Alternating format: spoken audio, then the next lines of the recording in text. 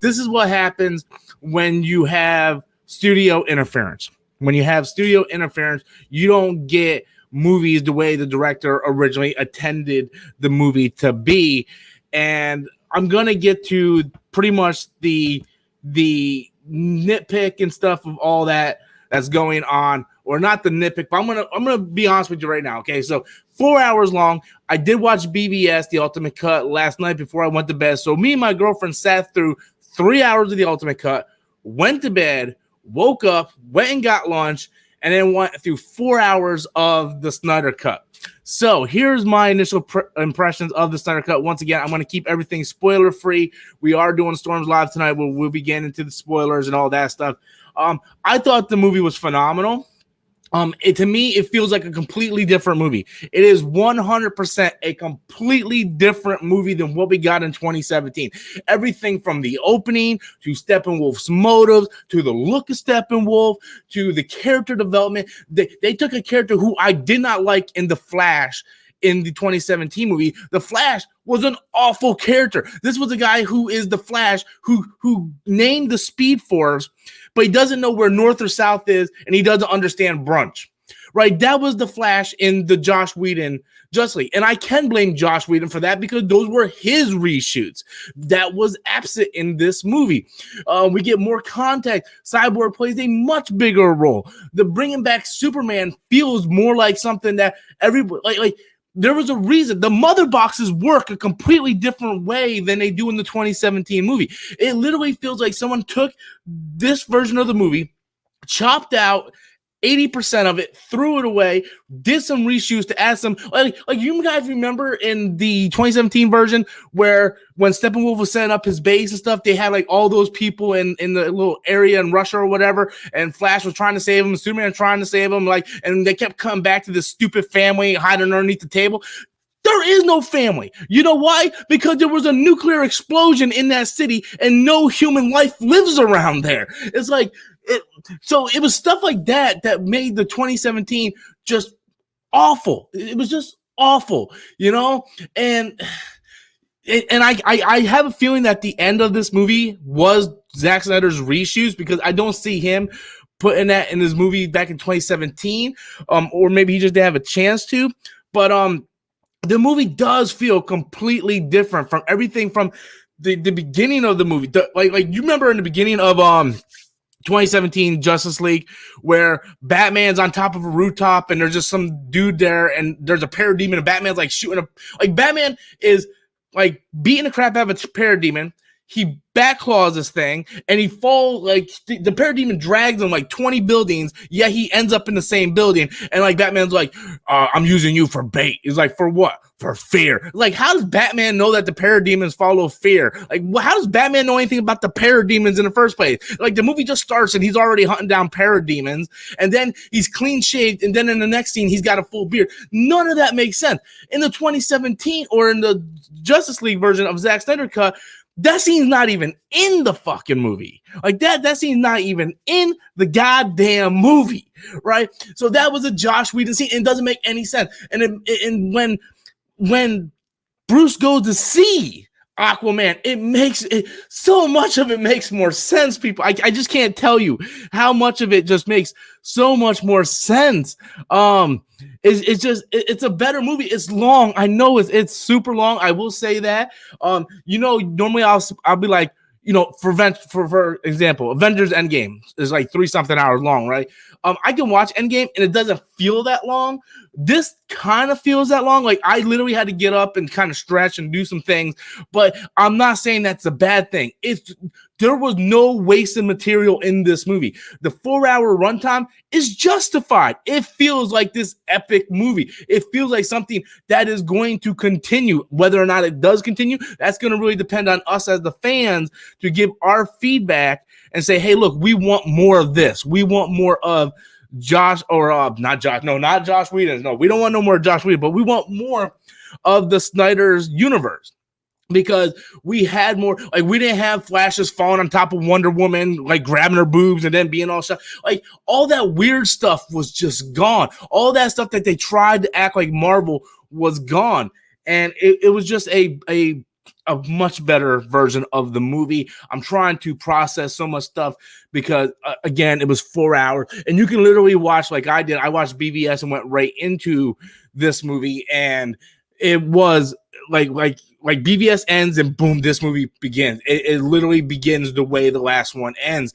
So much of it with Steppenwolf showing up on Paradise Island, taking out the Amazon. So much of that has more context, the context of how Darkseid originally invaded Earth many centuries ago, and how Earth's golden age of heroes fought against him and basically beat Darkseid, making him retreat. And that really brings up more of this. We get cameos from characters we weren't expecting to get. There's not an end credit scene, but there is a final end scene that I was literally at the edge. I was like, oh my God. I'm like, don't say it. Don't say it. And he says it.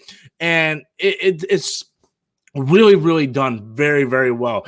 This is what happens when you have one mind with one vision, and he is able to do his own thing rather than have studio interference going, oh, you're not pulling in the numbers. Oh, you got to be more like Marvel. You got to be more like what they're doing over there in Marvel. And the thing is, we watch Marvel because we like Marvel. We don't want to watch DC to be like Marvel. We want to watch DC to have its own thing.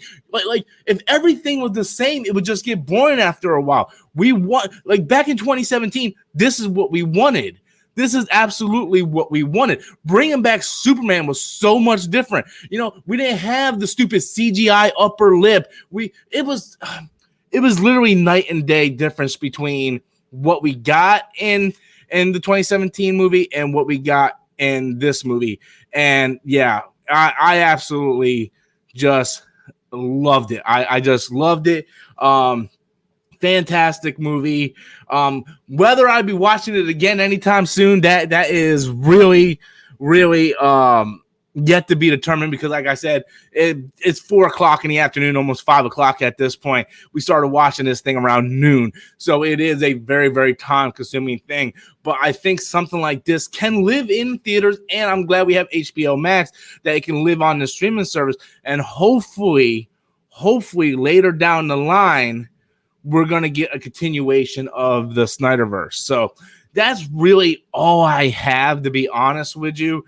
I just wanted to get out here, just kind of do my review here solo, and just kind of give my opinions that are spoiler free. I'm going to have Adam, Anzo, Danny, everybody on Storms Live tonight, and we're going to be doing the whole thing, and we'll be doing spoilers, having a discussion, because there's people out there saying, oh, Endgame is better than Endgame. I don't necessarily agree with that, but hey, it's up for discussion. I do have a couple super chats I want to get to before we go, because my basic review of this, if you want my non-spoiler review, if you were a fan of Man of Steel, a fan of BVS, the Ultimate Cut, and you were so heartbroken over the 2017 Justice League, this will make you feel so much better. I think Zack Snyder deserved to get his story told. I'm glad he got his story told. I'm glad he dedicated it to his daughter, who passed away, committed suicide back then, and basically was the excuse for Warner Brothers to let him go. I just think it's a phenomenal movie. I think not only is it a phenomenal movie, I would say it's probably one of the best comic book movies ever.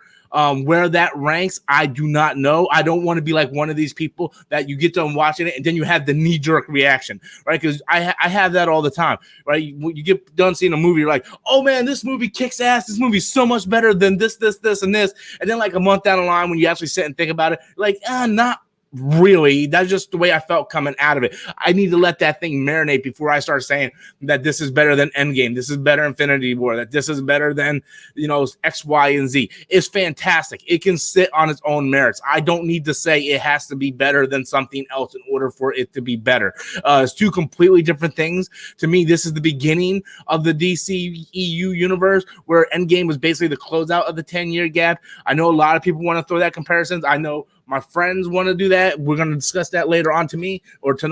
But to me, I'm not going to sit there and just automatically have that knee-jerk reaction. It's something that I have to sit on. I just can't sit here and go, oh yeah, absolutely. No, I 100% have to sit on that before I can even even try to make a comparison of that. Now, if you want me to compare it to the DCEU movies, it's by far the best DCEU movie. By far, it definitely dethroned Wonder Woman just on the scale of epicness.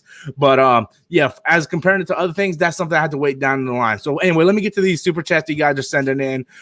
We got Useful saying, "It's man, hey, dude, that's entitled to your opinion. You either like it or you don't. Everybody's entitled to their opinion. I thought the movie was epic. It had that epic feel to it. Was it a little long? Yes. Could have been cutting down a little bit if this thing was going to theaters."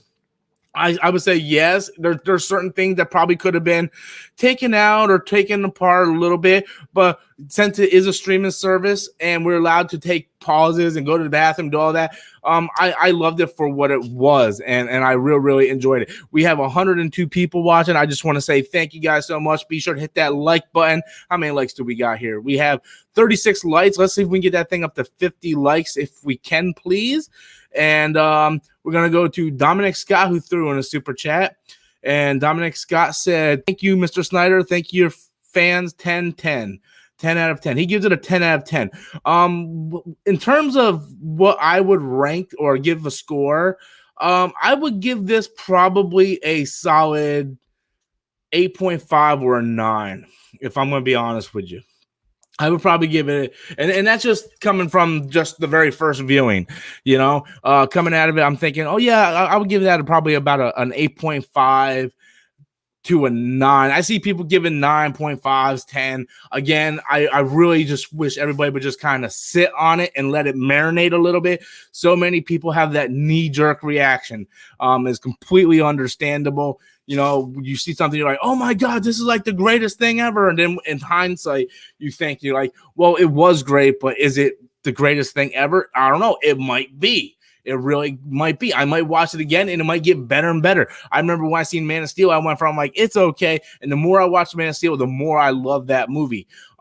This movie I thought was phenomenal just on the character developments, on how Zack Snyder built this world, how he was able to include Darkseid. I don't want to say that's a spoiler, but there was something that happened with Steppenwolf at the end, which I heard was supposed to happen in the original cut, and it didn't, and they actually pulled it off in this version. So I'm super excited for that. So yeah, a lot of stuff that happened in this movie, I was very, very much a fan of. Like I said, this guy Darkseid, he was like legit the beast, man. Like he was awesome. I'm glad the way they used him. I'm glad the way they used Mr. Black Suit Superman, Mr. Kicking Ass. Steppenwolf I thought was menacing. I really liked everything that they did with these characters and how they used them. Zack Snyder knew what his vision was going to be, and he did it. And I absolutely loved everything Snyder did to the screen. And so like I said, my initial thoughts on it, mind blowing. I just got to unwind because I'm literally just got done watching it and I'm getting right in front of the computer now. So I didn't have a whole lot of time to process everything. So once I have time to process it and see how things go and whatnot, then I'll be able to really kind of dive in. Hopefully come Storm Nation tonight, I'll be able to dive in and give more of a idea of what the actual like all the nitty gritties of the movie. I'm still, to be honest with you, if I'm gonna be honest with you, I'm still thinking about that final end scene. That final end scene to me, it was just like and everything I thought oh man. I mean, it's in the trailer, so I don't want to say too much, but it does have something to do with Jared Leto's Joker. But that was just absolutely phenomenal. So with that said, guys, I do want to thank everybody for watching. We're going to go ahead and wrap up the review. My initial impressions of, I just absolutely love this movie. I love all the actors involved. I'm so happy that Zack Snyder was able to go in, get his original version out to the screen or to the little screen. And I can't wait. This is actually a Blu-ray that I would pick up and watch in 4K. And yeah, big ups to all the actors involved, all the directors like Zack Snyder, the cinematographer, everybody that helped put this version together. Big ups. This is the version we should have gotten in theaters, and unfortunately we didn't. So with that said, guys, I'm gonna go ahead and wrap it up. Thank you guys for watching. Thank you guys for the super chats. I appreciate it, and I will be back for the spoiler version later on tonight. Later, guys.